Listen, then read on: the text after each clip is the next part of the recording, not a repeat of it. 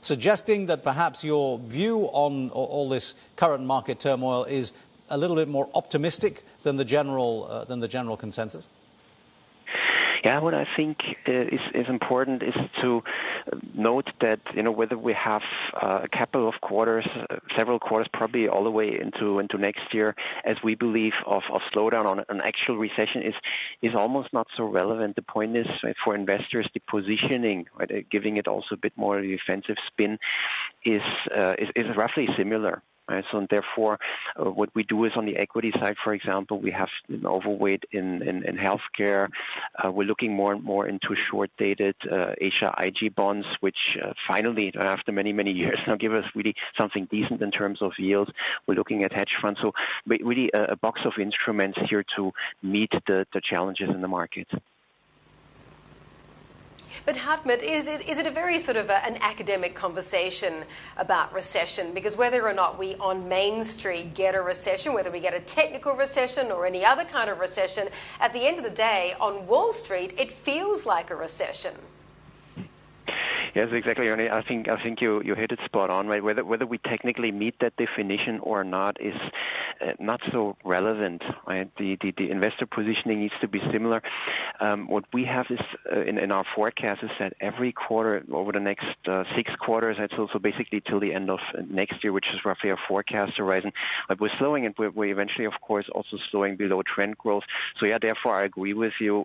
For the markets, it won't make that much of a difference.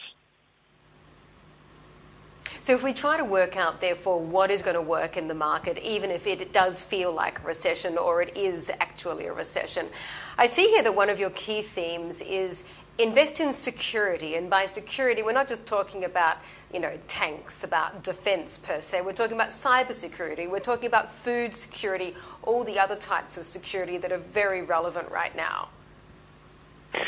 Yes, that's correct. So there are different angles of it, and they have different drivers. Right? So among them are rising commodity prices, and of course the rising commodity prices are a result of dependencies that many, especially also Western countries now find themselves in, especially in terms of oil. So to overcome these dependencies geopolitically faster than have been in the past. Yeah, I mean, military spending, of course, also needs to be thrown into the equation. I mean, we're seeing in terms of also numbers, more concrete plans, what happens, especially also some of the European countries. And then, yes, cybersecurity. I find it quite interesting also from a market point of view. This is one of the angles, of course, it also gets a bit hit. But if I compare it with other tech stocks in the NASDAQ, it's actually more on the resilient side. And we see also fundamentally that some of these companies actually now accelerating revenue growth, whereas most of the tech space decelerates. So yes, it is quite interesting from several angles, and as a theme overall, security theme also likely to keep a premium, valuation premium in the market.